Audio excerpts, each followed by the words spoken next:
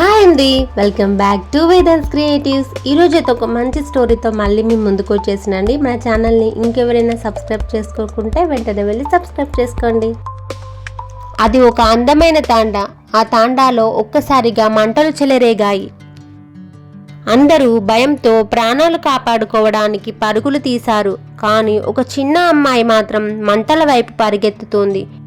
ఎందుకంటే ఆ మంటల్లో కాలిపోతున్న గుడిసెలో ఆమె చిన్న తమ్ముడు చిక్కుకుపోయాడు. ఆ చిన్నారి తన తమ్ముణ్ణి కాపాడగలిగిందా, లేక తను కూడా ఆ మంటల్లో చిక్కుకుపోయిందా తెలుసుకోవాలనుకుంటే ఈ కథను పూర్తిగా చూడండి. స్టోరీ నేమ్ వచ్చేసి సాహసం. అనగనగా ఒక అందమైన చిన్న తాండా ఉండేది. ఆ తాండాలోని ప్రజలు వ్యవసాయం మీద ఆధారపడి జీవించేవారు. ఆ తాండాలో లక్ష్మి అనే ఒక అమ్మాయి ఉండేది. లక్ష్మి చాలా మంచి అమ్మాయి, ధైర్యవంతురాలు, తెలివైన అమ్మాయి. ఆమెకు సోముల అనే చిన్న తమ్ముడు ఉండేవాడు. తమ్ముడంటే లక్ష్మికి ఎంతో ప్రాణం. రోజులాగే తమ్ముణ్ణి చూసుకునేది. తమ్ముడితో ఆడుకోవడం అంటే లక్ష్మికి ఎంతగానో ఇష్టం. తోటి పిల్లలతో కలిసి లక్ష్మి సాయంత్రం వేళల్లో ఆడుకుంటూ ఉండేది. ఆడుకోవడం అంటే తనకు చాలా ఇష్టం. ఒకరోజు వేసవి కాలంలో ఎండలు భయంకరంగా ఉన్నాయి. వడగాలులు బలంగా వీస్తున్నాయి. ఉదయం కావడంతో పెద్దవాళ్ళందరూ తమ తమ పొలాలకు పనికి వెళ్ళేవారు. లక్ష్మి వల్ల అమ్మా నాన్నలు కూడా ఎప్పట్లాగే పొలం పనులకు వెళ్ళేవారు. తమ్ముణ్ణి జాగ్రత్తగా చూసుకోమని చెప్పి వాళ్ళు పొలానికి వెళ్ళిపోయారు.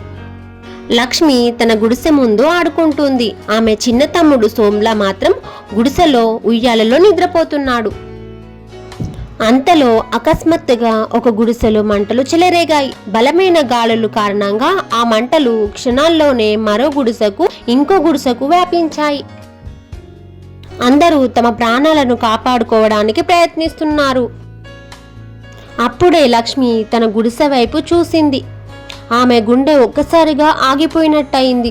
ఎందుకంటే తన చిన్న తమ్ముడు సోమ్లా ఇంకా గుడిసెలోనే ఉన్నాడు.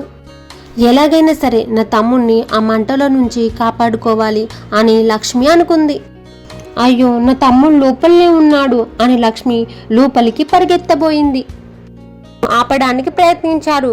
లక్ష్మి లోపలికి వెళ్తే ప్రమాదం, వద్దు తల్లి అని అరవడం మొదలుపెట్టారు.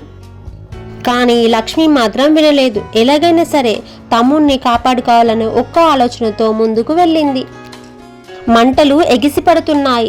పొగతో ఏమీ కనిపించడం లేదు. అయినా సరే లక్ష్మి ధైర్యంగా గుడిసె లోపలికి అడుగుపెట్టింది.